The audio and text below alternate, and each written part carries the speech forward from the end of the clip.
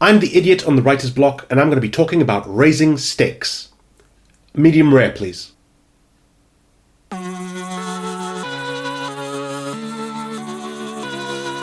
Hi, I'm Marcus, and I'm the idiot on the writer's block. If you're new to the channel, I, the idiot, ask experts for tips on how to write, publish, and promote my first fiction novel. And wouldn't you know it, I recently dropped the book trailer for my first graphic novel, Call 1-800-Kill-A-Guy. Book 1. It is a gritty crime neo-noir graphic novel. If you like Frank Miller's Sin City or Ed Brubaker and Sean Phillips' Criminal, then you'll have a blast with Call 1-800-Kill-A-Guy. If you haven't seen the trailer already, wait till the end of this video and I'll pop a link in there that you can check it out. If you have seen the trailer and are interested in pre-ordering a copy, check in the description to this video for links to pre-order. And you can help me out by liking and sharing my videos, as well as subscribing to this channel for more tips on how to write, publish, and promote your first fiction novel.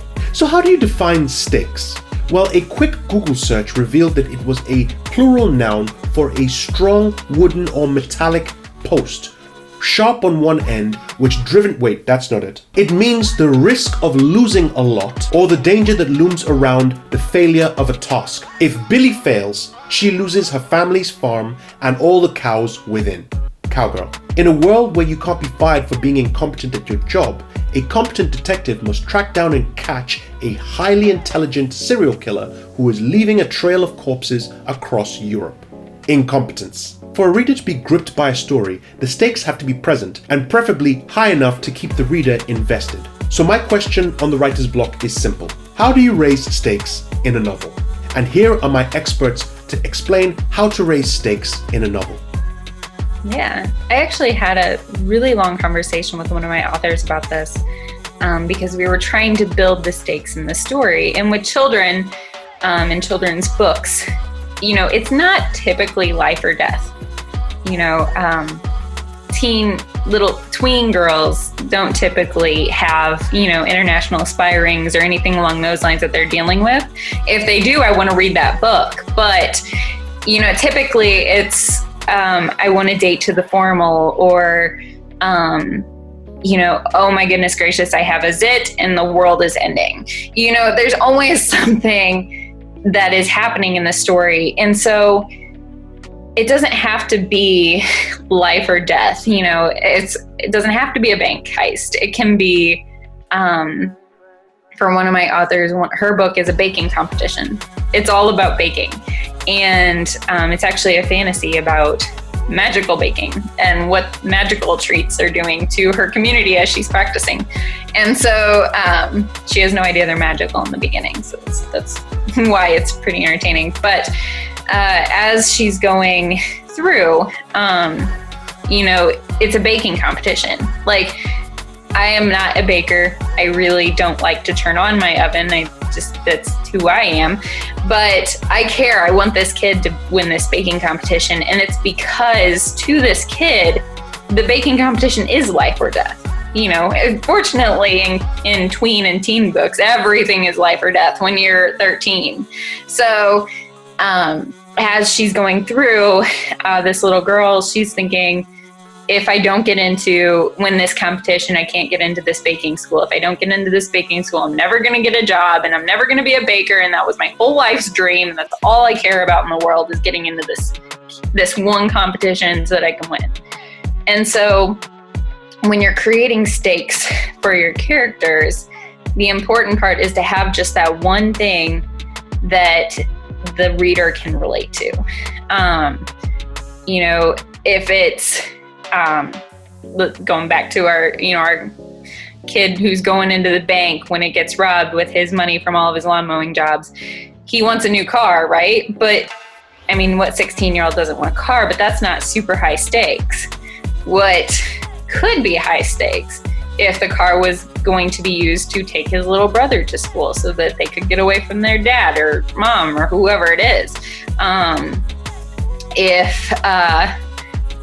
He also, though, might want that car so that he could take girl out on dates, whatever it is. There's going to be layers to it. And with those layers come that element of connection with the reader. And so there's always those universal things that we can all relate to. Things like reaching for your dreams or feeling left out and wanting to fit in. Things like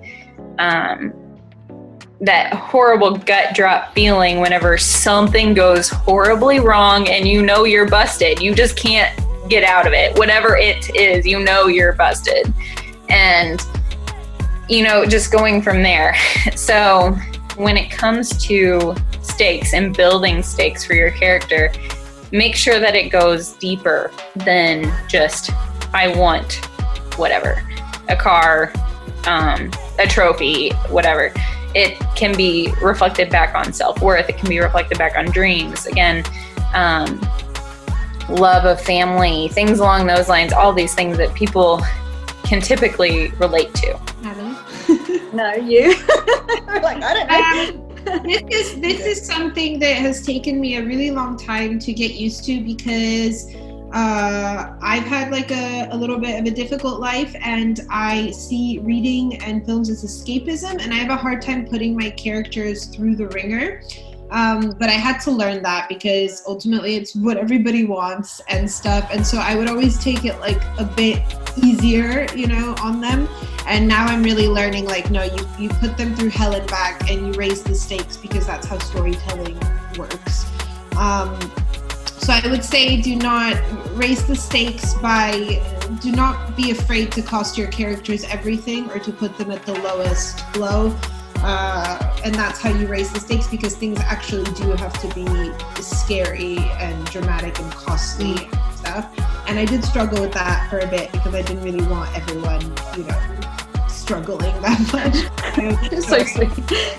But also you have to know your characters. So it doesn't necessarily mean you have to put all of them in a burning building or have them all close to death.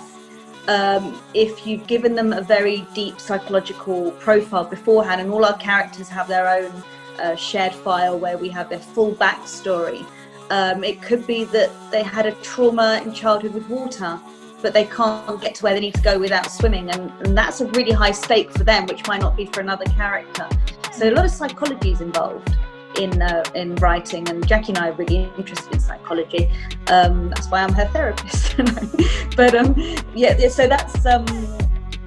so that's really, really important. You have to understand, well, what is it that makes them tick? What gets them excited? But also, what are they terrified of? What is their biggest fear? It might be that they let their dad down. It might be that, and that's how you then push up the stakes. How they've disappointed their parents. Oh my God, they have to do that, but they're going to let their family down. It doesn't have to be a physical, obvious drama. They don't have to murder someone for them to be put through the ringer. Well, my favorite film of all time, and I saw it too young. I saw Gladiator, and I loved that film so much. But I always thought, I remember bawling out of the movie theater, just being like, well, why did his, kid and wife have to die?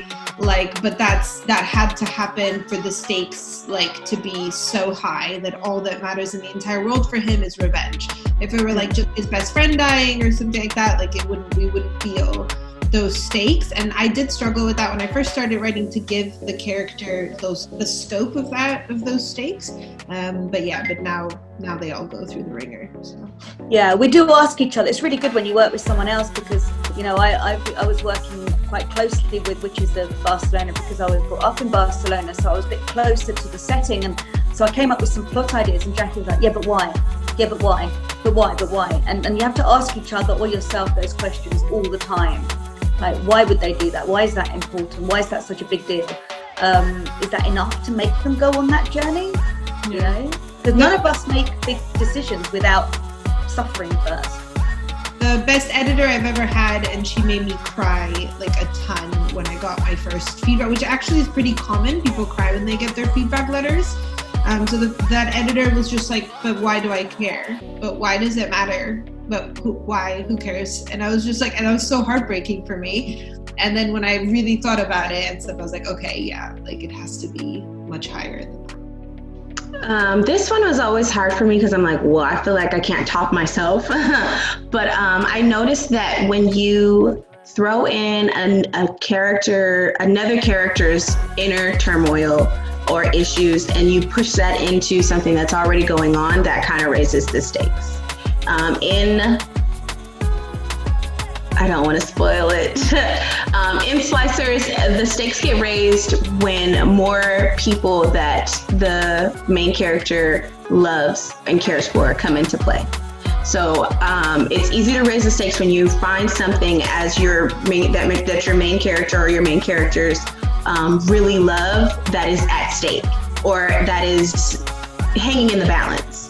And I think that was the turning point for the stakes being raised in Slicers. It was now she has to figure out how to solve her own problems, whether her own problems are more important, whether these people are that important to her, and really just finding out herself and defining herself in that moment. And it raised everything around her. Like, she was already worried about the world in general, and now you throw in the people that she cares about. And so, do you save the world or do you save your family? And so it raised that stake because that wasn't an issue before. So when you kind of like step ladder your issues or your big fights into the book, it raises the stakes even every time. And there you have it. Experts telling me how to raise stakes in a novel. Check in the link below for links to their work. And if you want to share your thoughts on the best way to prepare stakes, please put them in the comments below. And don't forget to check out the book trailer for Culliver City Chronicles Call 1-800-KILLER Guy Book 1.